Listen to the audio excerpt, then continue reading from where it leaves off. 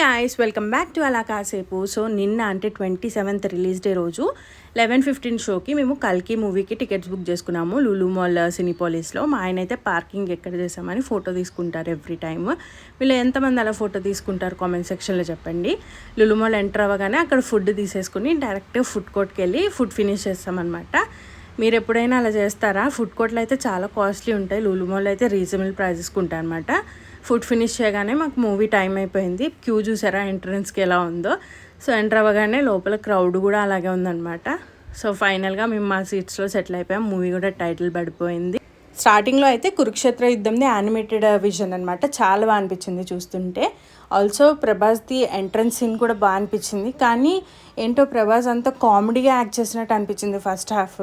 So సినిమాలో నడుస్తూ ఉన్నప్పుడు ఎవరో లెగిసి కంప్లైంట్ చేశారు దట్ స్పీకర్ సరిగ్గా వర్క్ అవ్వట్లేదు, కొంచెం వాయిస్ అంతా బ్లర్గా వినిపిస్తుందని. అంతే వాళ్ళు పాజ్ చేశారనమాట.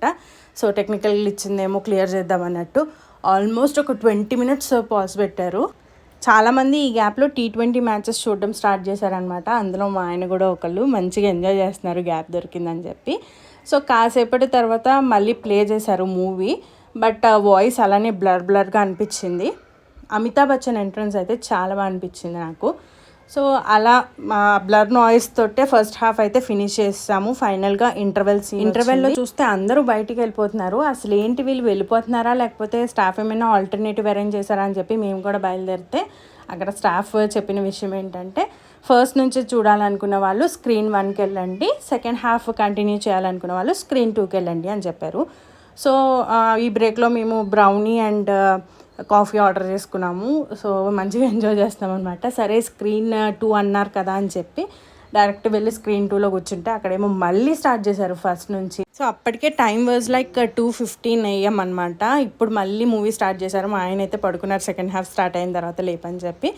మీన్ వైల్ అక్కడ స్టాఫ్ వచ్చి పాప్కార్న్ అండ్ కూల్ డ్రింక్ కాంప్లిమెంటరీగా ఇస్తున్నామని చెప్పి ఇచ్చారనమాట. సో కొన్ని సీన్స్ సెకండ్ హాఫ్లో అయితే చాలా బాగున్నాయి. 3Dలో చూస్తే అదిరిపోతుంది అనిపించింది. సో మేమైతే 3D చూడలేదు, 2D ప్రిఫర్ చేసాము. ఒకవేళ మీరు చూడాలి అనుకుంటే సెకండ్ హాఫ్ 3Dలో అయితే చాలా బాగుంటుంది.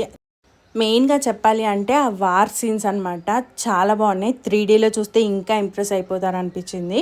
కిడ్స్ కూడా బాగా ఎంజాయ్ చేస్తారు 3D అయితే. సో ఫైనల్గా మూవీ అయితే ఫినిష్ చేసుకున్నాము. సో ఫైనల్గా మూవీ నుంచి బయటికి వచ్చేసరికి 5 అయిందనమాట. ఎప్పుడో 11:15కి షో బుక్ చేసుకుంటే 5 అయింది. Almost 6 hours we spend for కల్కి. లిటరలీ జాగారం చేసామన్నమాట కల్కికి. పార్కింగ్ ఏరియాలోకి వచ్చేసరికి ఓన్లీ 2 cars ఉన్నాయి. ముందెళ్ళి అయిందిను మాది. సో మేము ఎదుక్కోవాల్సిన పని కూడా పడలేదన్నమాట. ఇంకా డైరెక్ట్గా కార్ ఎక్కేసాము. సో ఫైనలీ మేము ఇంటికి వెళ్ళేసరికి 5:30 అయింది. ఇంకేముందు తెల్లారితే వర్కింగ్ డే కాబట్టి పిల్లలకి స్కూల్స్ ఉంటాయి కాబట్టి నేను ఇంకా వంట పనిలో బిజీ అయిపోయాను. లిటరల్లీ నాకైతే స్లీప్ లేదు ఆ రోజు. This is the worst experience I ever had అనమాట. ఏదో కాంప్లిమెంటరీకి పాప్కార్న్ కూల్ డ్రింక్ ఇచ్చేసి చేతులు దులిపేసుకున్నారు. నాకు అస్సలు నచ్చలేదు. వీళ్ళు ఎంతమంది ఈ షోకి టికెట్స్ బుక్ చేసుకుని నా అలాగా సఫర్ అయ్యారు అనేది కామెంట్ సెక్షన్లో చెప్పండి. Also let me know if you are going to take any further action on this. నాకైతే ఓవరాల్గా నా 6 hours కల్కి మూవీ అయితే బాగుందండి. సెకండ్ హాఫ్ అయితే చాలా బాగా అనిపించింది. మీకేమనిపించిందో కామెంట్ సెక్షన్లో చెప్పండి.